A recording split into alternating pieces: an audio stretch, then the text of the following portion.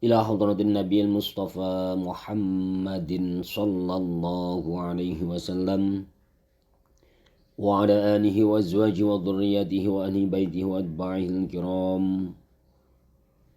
وإلى حضرة آبائنا وأمهاتنا وأجدادنا وجداتنا ومشايخنا ومشايخ مشايخنا ولمن حقنا علينا خصوصا إلى حضرة الروح بي حميد Pasuruan وإلى حضرة الروح بي فاقih Mas Kumambang وإلى حضرة الروح بي Sonesbo ثم إلى حضرة الروح بي سال صالح وإلى حضرة الروح بي علي خميدي ثم إلى حضرة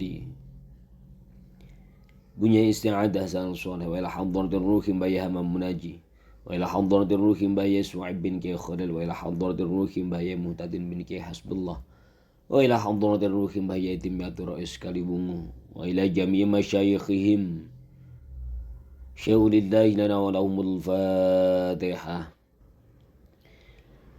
ربي اغفر لي ولوالدي آمين. بسم الله الرحمن الرحيم. قال المؤلف رحمه الله تعالى ونفعنا به وبعلومه في الدارين آمين. اللهم ارزقنا فهم النبيين وحفظ المرسلين وإلهام الملائكة المقربين. ربنا انفعنا بما علمتنا وعلمنا الذي ينفعنا وزدنا علما والحمد لله على كل حال. رب اشرح لي صدري ويسر لي أمري واحلل عقدة من لساني يفقهوا قولي. أما بعد. Wal maqalatul khamisata asyarata lan utawi makalah kang kaping 15. Anin Nabi alaihi salam, anin Nabi saking Kanjeng Nabi sallallahu alaihi wasallam annahu qala alamatus saqawati arba'atun. Alamatus syaqawati utawi alamati lacut. Kiai kita dulu kalau memaknai syaqawah itu adalah lacut, lacut itu celaka. Alamatus syaqawatu utawi tanda-tandane lacut atau cilaka iku arba'atun papat minal umuri saking piro-piro perkara. Jadi ada 4 tanda atau alamat orang itu akan celaka. Yang pertama adalah nisyanud dzunubi. Iku nglalekake piro-piro dosa al-madiyati kang wis kliwat. Min ghairi nadmin saking tanpa getun atau saking tanpa penyesalan alaiha ing atasi ad-dzunubil madiyah. Tanda pertama orang itu akan celaka adalah seseorang yang melupakan dosa masa lalunya tanpa sedikit pun ada rasa penyesalan. Itu alamat pertama. Wahyalan hali utawi ad-dzunubil madiyah. Wahyalan hali utawi ad-dzunubil madiyah ay wal halu tegese hali utawi sak temene tingkah. Iku anna sak temene ad-dzunubil madiyah indallahi taala ing dalem ngersane Allah taala mahfudhatun iku den reksa, den catet. Tercatat secara detail.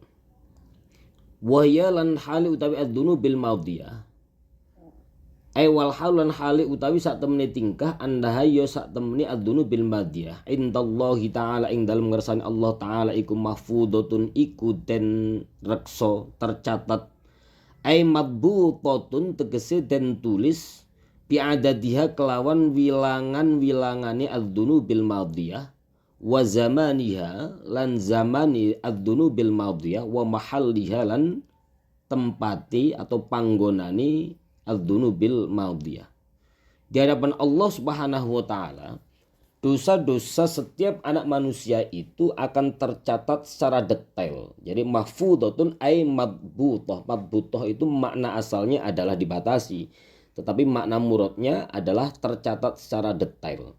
Baik itu bilangannya madbutatun bi adadiha wa zamaniha wa mahalliha.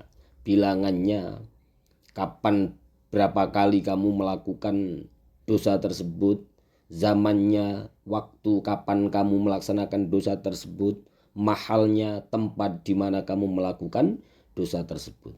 Jadi itu adalah tanda pertama. Nisyanud dunubi al-madiyati menurut Syekh min ghairi nadmin 'alaiha. Melupakan dosa masa lalu tanpa sedikit pun ada rasa penyesalan. Nah, kenapa seperti itu? Karena memang di hadapan Allah Subhanahu wa taala dosa setiap anak Adam, dosa setiap anak manusia itu tercatat dengan baik. Tercatat secara detail bilangannya, waktunya dan tempat di mana kamu melaksanakan, kapan dan berapa kali kamu melakukan dosa tersebut. Nah, naudzubillah, mudah-mudahan kita tidak termasuk golongan atau kategori orang yang pertama ini ya. Sebab ini juga tanda, ini merupakan tanda pertama seseorang itu akan menjadi orang yang celaka. Naudzubillah.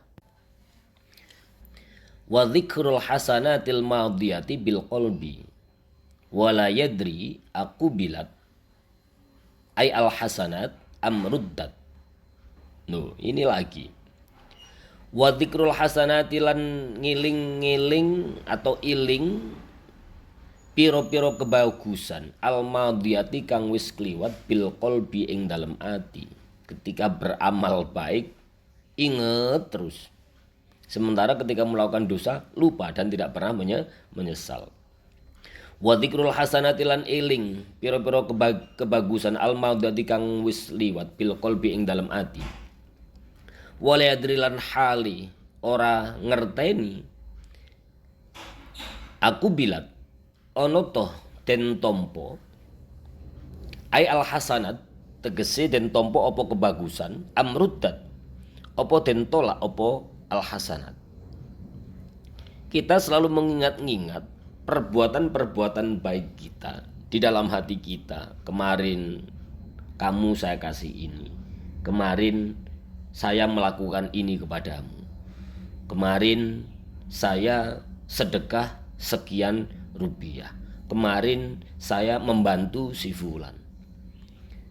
Tetapi penyakit dari setiap kebaikan yang kita lakukan itu la yadri aku bilat amruddat. Kita itu tidak pernah tahu apakah amal kita itu diterima. Amal baik kita tadi itu loh, diterima atau tertolak. Ya Kanjeng Nabi itu kan dawuh, a'maluna bainal qabuli wa raddiha. Amal kita itu hanya dua. Hanya berada pada status dua. Ya, bainal qabul wa raddiha, antara diterima atau ditolak. Makanya Kanjeng Nabi dawuh seperti itu, illas sholata alayya, kecuali membaca sholawat kepadaku.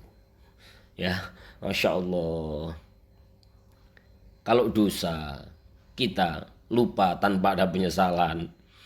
Kalau melakukan kebagusan, kebaikan, itu selalu kita ingat-ingat di dalam hati. Sementara la yadri aku bilat amruddat, kita tidak pernah tahu apakah amal baik kita tadi itu diterima atau tertolak.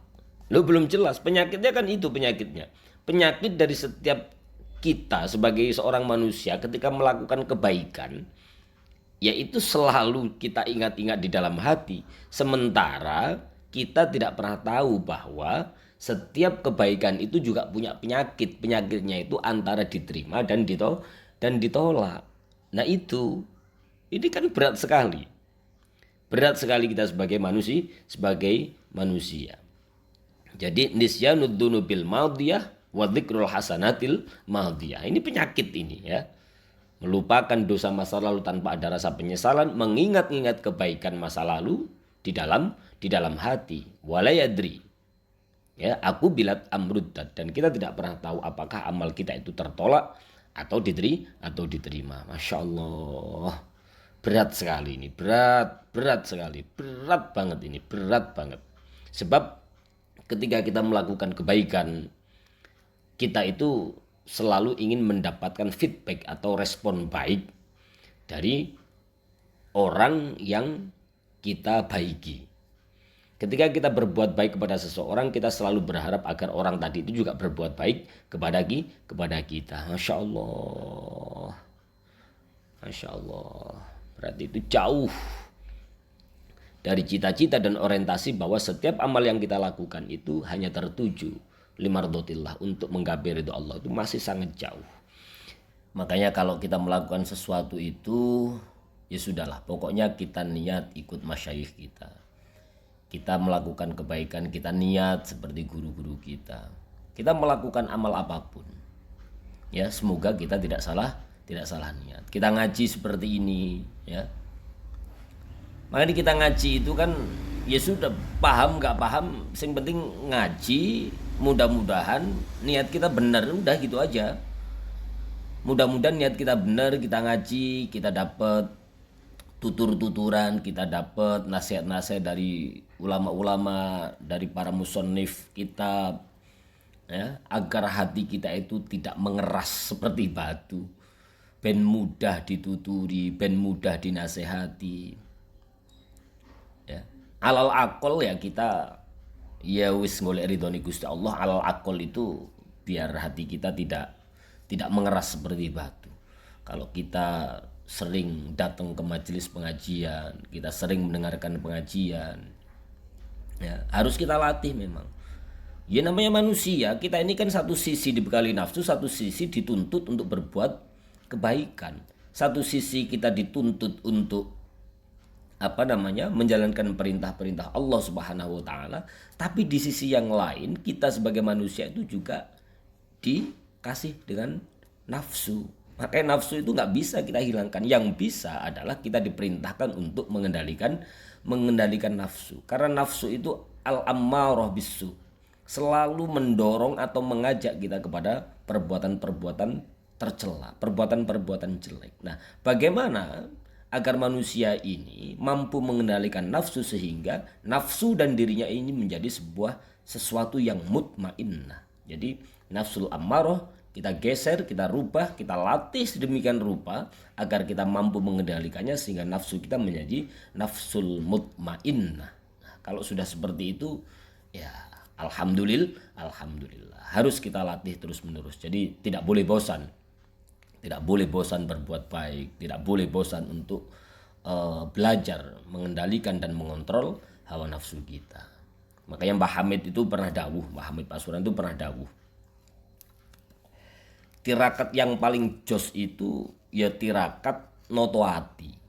Ya, tirakat yang paling jos itu ya tirakat menata hati. Menjadikan hati kita baik atau melatih hati kita agar terus menjadi baik, tidak menyakiti orang lain. Itu juga tirakat yang paling jos. Kalau seandainya kamu tidak kuat untuk bersedekah, ya karena miskin misal, karena tidak ada uang, ya berarti kita harus punya hati yang baik, tidak menyakiti orang. Kalau kita tidak sanggup untuk puasa, ya puasa Daud nggak sanggup, puasa Senin Kemis nggak sanggup, ya sudah berarti kita nggak usah tirakat itu, nggak kuat kok. Cukup tirakat kita adalah menata hati kita agar kita tidak menyakiti orang lain, agar kita selalu berhusnudzon kepada orang lain. Kalau kita tidak sanggup untuk tahajud setiap malam, ya ndak apa-apa, ya ndak usah dilakukan, ndak usah dipaksa, wong ndak mampu kok. Cukup tirakat yang paling jos menurut Mbah Hamid adalah menata hati kita agar tidak terjebak kepada rasa suudzon, menata hati kita agar kita selalu bisa berbuat baik dan tidak menyakiti orang lain. Itu juga termasuk tirakat yang paling jos. Nah, itu dawuhnya Allahu yarham Mbah Kiai Hamid Pasuruan, ya. Itu alamat yang kedua. Jadi alamat kita akan menjadi orang yang celaka. Naudzubillah. Nah, alamat yang ketiga apa? Wa nadharuhu ila man dunahu fiddin ay al-amalil al-masalihi ay al-amalis solihi walam yashkurillah ala ni'ami amali nafsihi. Wa nadharuhu lan ningali sapa man ilaman maring wong dunahu kang sakliyane man fiddini ing dalem perkara agama, ai al amali sholihi tegese ningali amal soleh, walam yashkur lan ora syukur sapa man Allah ing Gusti Allah ala ni'ami amali nafsihi ing atase pira-pira kenikmatane amali awak dhewe man. Alamat atau tanda celakanya kita sebagai seorang manusia yang ketiga adalah selalu memandang orang lain dalam perkara agama itu di bawah kita. Selalu memandang amal soleh seseorang atau memandang amal soleh orang lain itu di bawah kita. Nah, itu menandakan bahwa kita tidak pernah bersyukur kepada Allah Subhanahu wa taala atas segala kenikmatan yang bisa kita lakukan. Ya. Tidak pernah mensyukuri kenikmatan Allah atas segala nikmat terhadap amal yang kita lakukan. Maksudnya begini. Kalau dalam perkara kebaikan, kita harus selalu melihat kebaikan orang lain itu di atas kita. Jadi jangan justru ketika kita melakukan kebaikan itu melihat orang lain di bawah kita. Enggak. Misal, si fulan itu suka sholat tahajud. Lalu kita melihat, enggak apa-apa lah. Dia begitu, saya juga sudah, yang penting sholat jamaah. Enggak, tapi juga harus tetap kita tingkatkan. Melihat orang lain, misal orang lain sedekahnya 1 juta. Kita setiap Jumat sedekahnya cuma 2.000. Aku sudah sedekah 2.000 kok. Ya, itu kan nanti 1 juta juga nggak ikhlas. Nah, perkara-perkara yang begitu harus kita hindarkan. Maka di sini kita diperintahkan dalam kitab ini, wa nadharuhu ila man dunahu fiddin. Kalau seandainya kita melihat amal baik, amal soleh seseorang dalam perkara agama ini ya, dalam perkara agama, kita itu tidak diperbolehkan untuk melihat orang yang lebih rendah daripada kita. Jadi prestasinya di hadapan Allah Subhanahu wa taala harus kita lihat. Ya, kalau si fulan mampu membuat prestasi A di hadapan Allah Subhanahu wa taala, maka kita harus bisa membuat prestasi A+. Nah, kira-kira seperti itu. Tidak boleh dalam perkara agama, dalam perkara kebaikan kita itu melihat orang yang lebih rendah daripada kita. Wa nadharuhu ila man dunahu fiddin ay al-amali sholihi wa lam yashkurillaha ala ni'ami amali nafsihi. Nah, kalau 3 tanda tadi yang seperti itu, ya, kita selalu melupakan dosa kita tanpa ada penyesalan. Kita selalu mengharapkan kebaikan orang lain ketika kita melakukan sebuah kebaikan, dan kita selalu melihat dalam perkara kebaikan, dalam perkara agama itu kok melihat kepada orang yang lebih rendah kepada kita. Kalau kita semua ini ya, kita semua melakukan hal-hal seperti yang tadi dijelaskan oleh Syekh Nawawi ini, maka yaqulullahu aradtuhu walam yuridni fataroktuhu. Na'udzubillah. Ya. Kalau semua itu ada pada diri kita, lupa terhadap dosa masa lalu tanpa ada penyesalan, selalu mengungkit-ungkit kebaikan kita, ya. Ya, tapi kita juga nggak boleh, kita juga harus berempati dong. Jadi hukum sosial, kausa sosial itu kan begitu. Jadi kalau kita berbuat baik kepada orang, kalau ada orang lain berbuat baik, ya sebisa mungkin tetap kita tunjukkan empati kita. Karena kita harus menganggap bahwa orang yang berbuat baik kepada kita itu semata-mata atau sejatinya adalah kebaikan itu datang dari Allah melalui wasilah orang lain. Nah itu loh, makanya kalau dalam teori modern kita itu disebut sebagai makhluk sosial yang selalu butuh dengan orang lain.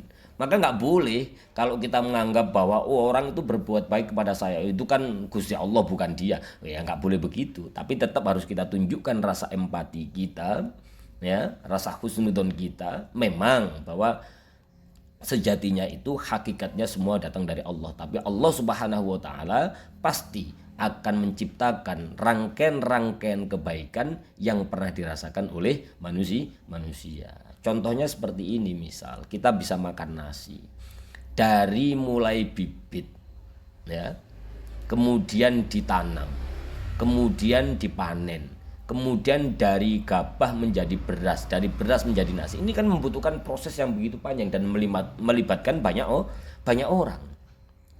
Nah tentu ini adalah kebaikan-kebaikan yang telah diciptakan Allah secara berantai. Dan ini pasti melibatkan banyak orang. Tidak mungkin bisa kita lakukan sendiri. Mosok kamu mau bikin bibit sendiri, kemudian kamu tanam sendiri padi itu, kemudian kamu rawat sendiri, kemudian kamu panen sendiri, kemudian kamu seleb sendiri, kemudian jadi gabah, kamu jemur sendiri, kemudian kamu rubah sendiri menjadi beras, kemudian kamu nanak menjadi nasi. Bukan nggak mungkin, pasti itu melibatkan banyak orang, ya. Jadi ketika kita tanam bibit itu kita butuh namanya pupuk. Pupuk itu kita tidak bisa membuat sendiri, ya. Ketika itu sudah menjadi sudah kita panen, maka kita panennya aja membutuhkan sabit, membutuhkan benda-benda yang lain, yang benda-benda itu tidak mungkin bisa kita buat sendiri. Tentu kita beli sabit di pasar, nah di pasar itu ada yang jual, nah sabit itu ada yang bikin, dan seterusnya dan seterusnya.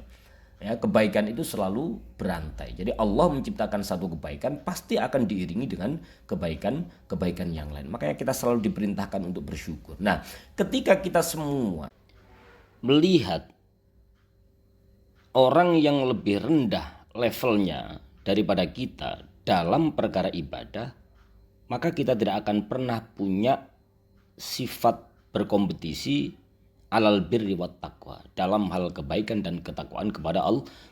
Maka kalau dalam perkara ibadah kita diperintahkan oleh Allah untuk selalu melihat orang-orang yang berada di atas kita, dan sebaliknya dalam perkara dunia kita diminta oleh Allah Subhanahu wa taala untuk melihat orang yang lebih rendah kepada kita. Supaya apa? Supaya kita tetap bisa bersyukur, ridho dengan pembagian atau rezeki yang diberikan oleh Allah Subhanahu wa taala. Jadi ridho terhadap segala atau setiap keputusan Allah Subhanahu wa taala. Ini penting.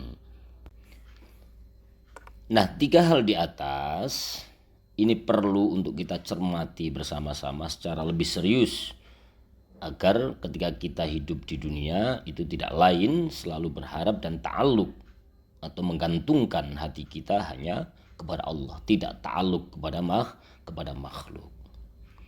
Yaqulu bakal ngendikan sapa Allah Gusti Allah. Allah ngendikan aradtuhu ngarepake sapa ingsun hu ing man.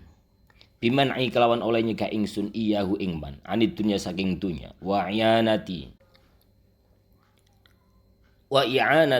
lan nulungi ingsun iyahu ing man ala taati ing atase ketaatan. Walam yuridni lan orang ngarepake sapa wong ni ing ingsun birridha kelawan ridha wa syukri lan syukur. Maka kalau seperti itu fataroktuhu mongko ninggal sapa ingsun hu ing man atau hu ing wong. Bitar kinusratihi kelawan ninggal nulungi ing wong. Jadi Allah Subhanahu wa taala kalau kita mengidap 3 penyakit di atas tadi itu, Allah itu dawuh. Aradtuhu walam yuridni. Aku itu menghendaki kamu untuk menghindari perkara dunia, agar semua amal ibadahmu, semua amal kebaikanmu selama kamu hidup di dunia itu semata-mata mengharap ridhoku sebagai bentuk ketaatanmu sebagai seorang manusia, sebagai seorang hamba. Tetapi kamu di dunia kok lam yuridni, kamu tidak menghendaki saya. Ya, kamu tidak ridho ketika diberikan cobaan, kamu tidak ridho, tidak ikhlas, tidak sabar. Ketika kamu diberikan kenikmatan kamu tidak bersyukur. Ya, ini berat. Maka Allah akan dawuh fataroktuhu. Maka saya akan meninggalkanmu itu maksudnya adalah bitar kinusroti, maka kita tidak akan mendapatkan pertolongan daripada Allah Subhanahu wa taala, karena kamu di dunia ini amalmu selalu mengharapkan kebaikan-kebaikan daripada sesama. Maka nanti ketika kita liqo atau ketika kita ketemu dengan Allah Subhanahu wa taala, maka kita akan dibiarkan dan tidak akan ditolong oleh Allah Subhanahu wa taala. Naudzubillah tsumma naudzubillah. Allahumma ba'id pokoknya. Wis. Jadi ini menjadi penting. Jadi innama nud'imukum liwajillahi la nuridu minkum jazaan wala syukura. Jadi kita itu diperintahkan untuk beramal dengan harapan ridho dari Allah Subhanahu wa taala, bukan menghendaki balasan atau ucapan terima kasih dari sesama manusia. Kan gitu. Innama nud'imukum liwajillahi la nuridu minkum jazaan wala syukura. Inna nakhafu min rabbina yauman ubusan qamtarira. Jadi sesungguhnya kami ini takut atas azab Allah. Kami ini takut atas azab Tuhan kami. Karena pada suatu hari nanti itu ya, hari itu orang-orang pasti akan menampakkan muka yang masam dengan penuh kesulitan. Jadi berbuat baik semata karena ridho Allah Subhanahu wa taala juga mesti untuk dilatih. Mesti harus kita latih setiap saat, sebab Allah akan menjauhkan kita. Sebab Allah akan menjauhkan kita dari azabnya. Sementara begini maksudnya gitu ya. Kalau seandainya Allah itu menjauhkan kita dari pengaruh sosial, dari perilaku baik manusia sebagai balasan atau imbal balik atas kebaikan-kebaikan yang kita lakukan, supaya apa? Hikmahnya itu agar supaya kita itu semata-mata beramal dengan seraya atau selalu mengharap ridho Allah Subhanahu wa taala. Jadi amal kita ini hanya kita tujukan semata-mata mengharap ridho Allah Subhanahu wa taala. Nah itu loh ya, innama nut'imukum liwajhillahi la nuridu minkum jazaan wala syukura inna nakhafu min rabbina yauman abusan qamtarira. Kalau sudah seperti itu, fawaqahumullahu syarra dzalikal yaumi walaqahum nadratan wasurura. Jadi kalau sudah seperti itu, maka Allah akan melindungi kita, melindungi mereka. Fawaqahumullahu syarra dzalikal yaum, maka Allah akan melindungi mereka dari keburukan pada saat itu, pada hari itu. Walaqahum nadratan wasurura, dan Allah akan memberikan keceriaan, kebahagiaan dan kegembiraan kepada mereka. Jadi jangan sampai kita itu nanti ketika liqa atau bertemu dengan Allah Subhanahu wa taala, Allah itu justru dawuh aradtuhu walam yuridni fataraktuhu. Jadi kalau misal nanti kamu didawuhi sama Allah ketika kamu intaqala ila rafiqil a'la, aradtuka walam yuridni fataraktuka. Nah, jadi khitabnya tidak diganti hu tapi diganti ka. Aradtuka, aku itu menciptakan kamu, mengharapkan kamu agar selalu taat, agar selalu beramal hanya mengharapkan ridho dariku. Tetapi walam yuridni, tapi kamu kok tidak mengharapkan saya.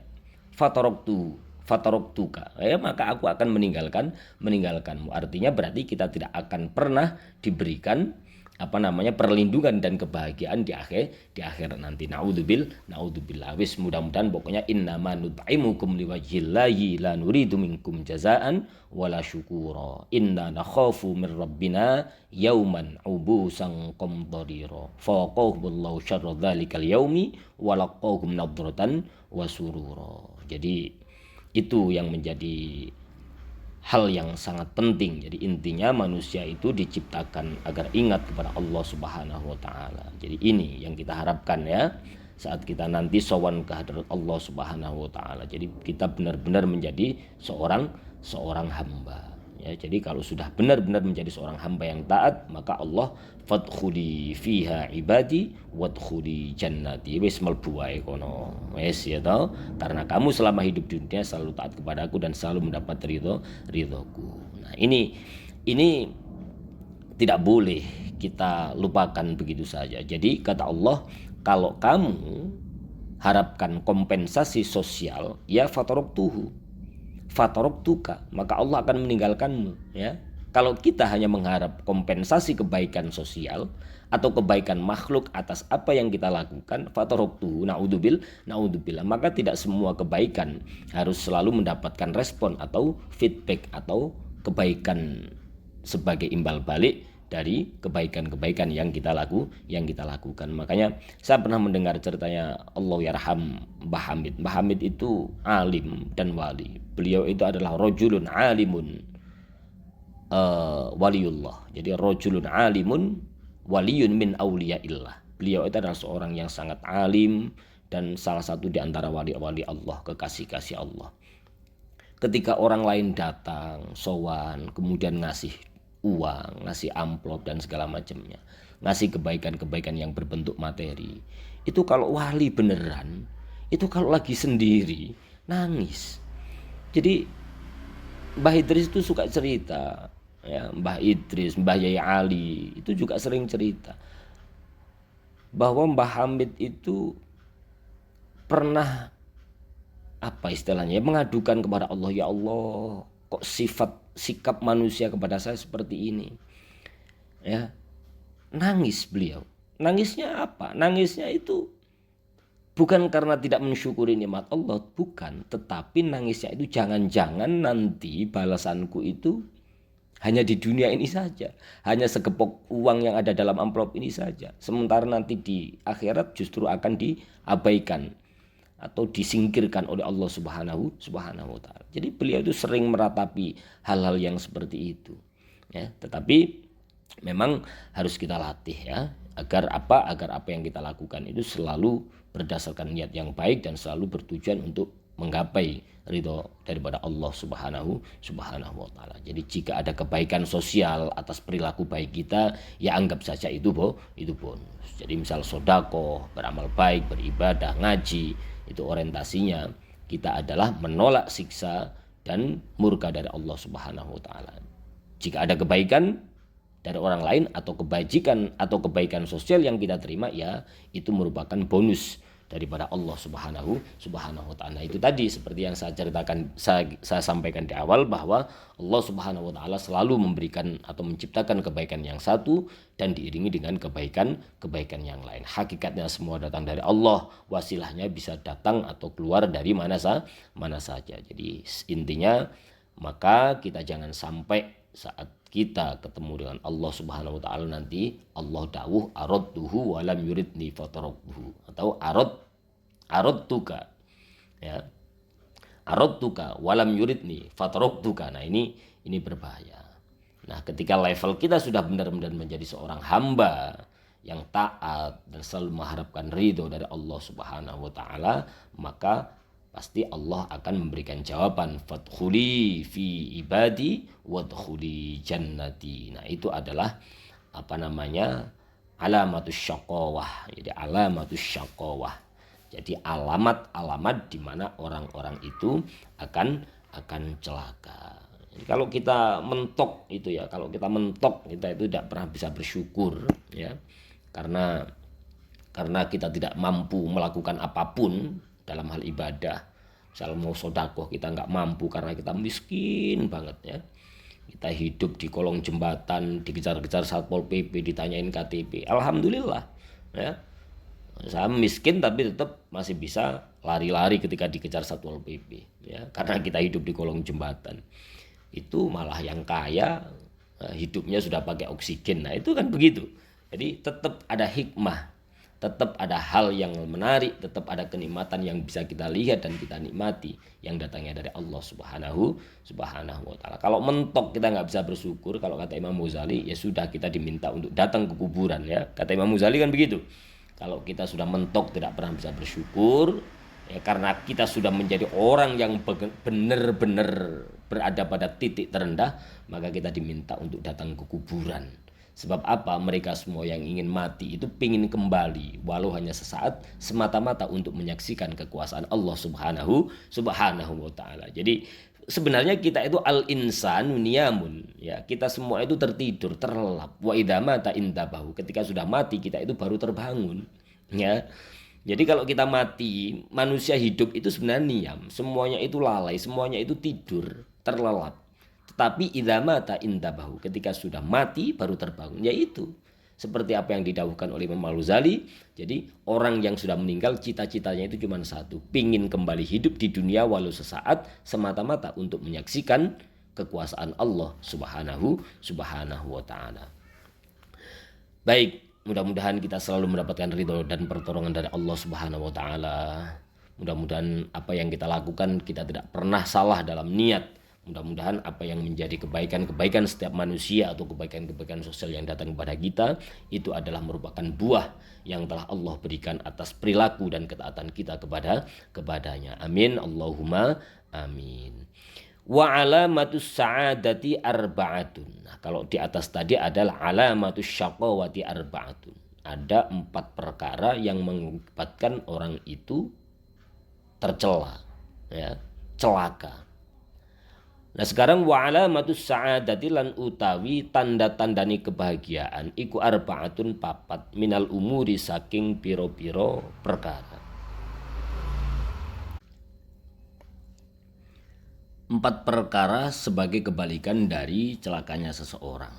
Berarti 4 perkara yang membuat kita bahagia. Wa alamatu sa'adati lan utawi tanda-tandani kebahagiaan iku arba'atun 4 minal umuri saking pira-pira perkara.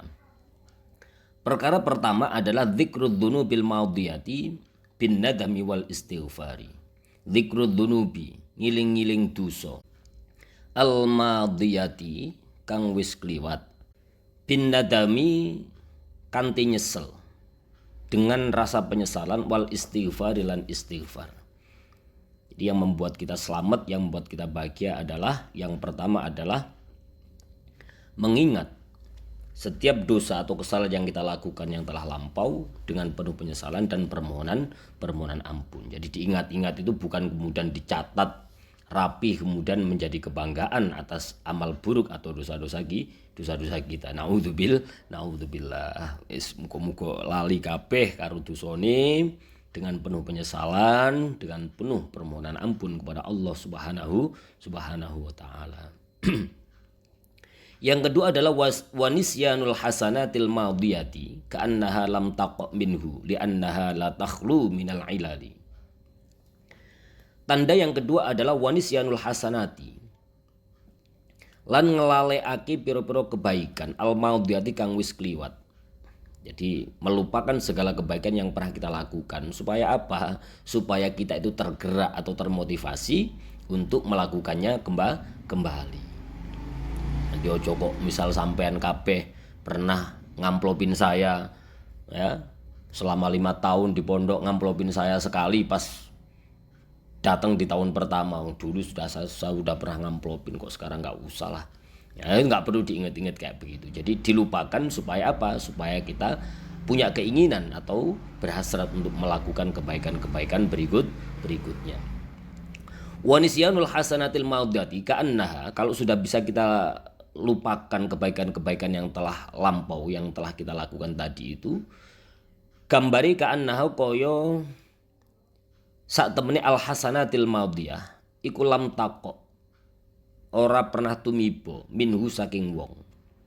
Jadi seolah-olah kebaikan-kebaikan itu tidak pernah kita lakukan, seolah-olah gitu ya, karena kita sudah melupakannya.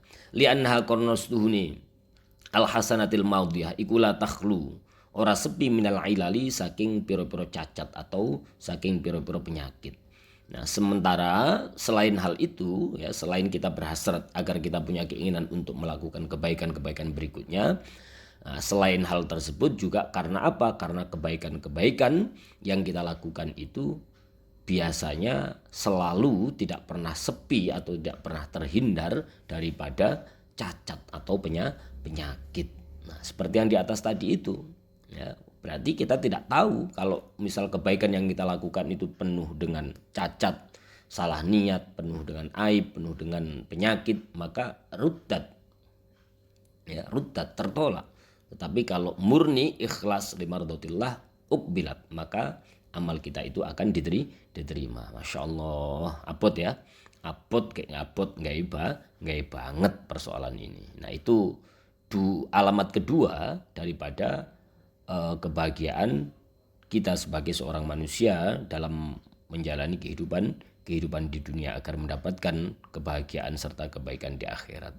Rabbana atina fid dunya hasanah wa fil akhirati hasanah wa qina adzabannar. Wis muga-muga kabeh kita semua ini selalu mendapatkan kebaikan-kebaikan di dunia dan kebaikan-kebaikan di akhirat, dan hingga nanti kita akan terhindar atau dilindungi Allah Subhanahu wa taala dari siksa api neraka. Amin Allahumma amin. Jadi memang mestinya amal baik itu juga harus kita lupakan supaya kita tergerak untuk melakukan kebaikan-kebaikan selanjutnya atau kebaikan-kebaikan yang lain. Nah, di samping itu memang kebaikan-kebaikan yang pernah kita lakukan setelah kita angen-angen, kalau diangen-angen terus, diingat-ingat terus, ternyata banyak compang-campingnya ya, banyak penyakitnya, nggak ikhlas lah, beginilah begitulah, mengharapkan respon baik, mengharapkan imbal balik dan segala macamnya. Wa nadharuhu ila man fawqahu fiddin, wa nadharuhu lan ningali sapa wong ila man maring wong fawqa kang sak ndhuwure man fiddini ing dalem perkara agama, fayak dadi mongko anut sapa wong bi kelawan man fawqahu. Jadi dalam perkara kebaikan, termasuk kalau kita itu menjadi orang yang ingin bahagia adalah selalu melihat orang lain lebih baik daripada kita. Misal contoh dalam perkara ibadah, kita mampunya sholat fardu, ya Allah si fulan itu ternyata mampu sholat tahajud. Kita harus berusaha untuk bisa seperti mereka, bisa sholat tahajud, bisa sholat duha, melihat orang lain sholat qobliyah ba'diyah, sementara kita hanya bisa sholat fardu saja. Ya besoknya kita ikuti. Ya, kita ikuti sehingga ada perkembangan dalam kehidupan kita di setiap menitnya ke depan, di setiap detiknya ke depan, di setiap jam dan setiap harinya ke depan. Ada perkembangan baik, ada kualitas hidup kita, ada kualitas ibadah kita yang lebih baik dari hari sebelumnya. Dan yang terakhir, wa nadruhu ila man dunahu fid dunya fayashkurullaha ta'ala ala ni'amihi ta'ala alaihi. Wa nadruhu lan ningali sapa wong ila man maring wong dunahu kang sak ngandhape man fid dunya ing dalam perkara dunya. Dan di antara tanda keselamatan kita sebagai seorang manusia adalah dalam perkara dunia kita selalu melihat orang yang berada di bawah kita. Fayashkuru lan nyukuri sapa wong Allah taala ing Allah taala ala ni'amihi, syukur ala ni'amihi ing atase kenikmatane Allah taala alaihi kang tetep ing atase man. Jadi misal kita punya uang 1 juta, alhamdulillah. Teman saya punya uangnya cuman 100.000. Kita punya uang 100.000, alhamdulillah. Teman saya mau makan aja minta. Jadi itu dalam perkara dunia kita diperintahkan oleh Allah Subhanahu wa taala untuk melihat orang yang levelnya berada di bawah kita sehingga kita mampu bersyukur atas apa yang telah Allah berikan kepada kita. Nah, ini adalah tujuan daripada hidup kita, bahwa dalam kitab ini, pada makalah ini kita diajarkan oleh ulama-ulama kita bahwa tujuan hidup kita itu tidak lain dan tidak bukan adalah limarudhatillah. Gimana itu? Liman kana yarjullaha wal yaumal akhir. Liman kana yarjullaha wal yaumal akhir. Wal maqalatu sadisata asyrata an ba'dil hukama'i anna sya'airal imani arba'atun. Wal maqalatu sadisata asyrata lan utawi maqalah kang kaping 16 an ba'dil hukama'i saking sebagiane pira-pira wong kang ahli hikmah. Ahli hikmah itu adalah orang-orang yang memiliki kearifan, orang-orang yang memiliki kebijaksanaan. Wal maqalatu sadisata asyrata wallahu a'lam bis-shawab. Rabbana infa'na bima 'allamtana wa 'allimna alladhi yanfa'una wa zidna 'ilma walhamdulillahi 'ala kulli hal. Bismillahirrahmanirrahim. Alhamdulillahi mil'al mizan wa muntal ilm balagh ridha wa zinatal 'arsy. Bismillahirrahmanirrahim. Alhamdulillahi mil'al mizan wa muntal ilm balagh ridha wa zinatal 'arsy. Bismillahirrahmanirrahim. Alhamdulillahi mil'al mizan wa muntal ilm balagh ridha wa zinatal 'arsy. Bismillahirrahmanirrahim. Alhamdulillahi mil'al mizan wa muntal ilm balagh ridha wa zinatal 'arsy. Bismillahirrahmanirrahim. Alhamdulillahi mil'al mizan wa muntal ilm balagh ridha wa zinatal 'arsy. Bismillahirrahmanirrahim. Alhamdulillahi mil'al mizan wa muntal ilm balagh ridha wa zinatal 'arsy. Bismillahirrahmanirrahim. Alhamdulillahi mil'al mizan wa muntal ilm balagh ridha wa zinatal 'arsy. Al-Fatihah. A'udzu billahi minasyaitonir rajim. Bismillahirrahmanirrahim. Alhamdulillahi rabbil alamin arrahmanir rahim maliki yaumiddin. Iyyaka na'budu wa iyyaka nasta'in. Ihdinas shiratal mustaqim shiratal ladzina an'amta 'alaihim ghairil maghdubi 'alaihim waladdallin. Rabbi firli wa liwalidayya amin. Amin amin ya mujibas sa'ilin. Matur nuwun, doain saya tetap sehat dan tetap bisa istiqomah. Sekian walafu minkum wallahul muwaffiq ila aqwamit thoriq. Wassalamualaikum warahmatullahi wabarakatuh.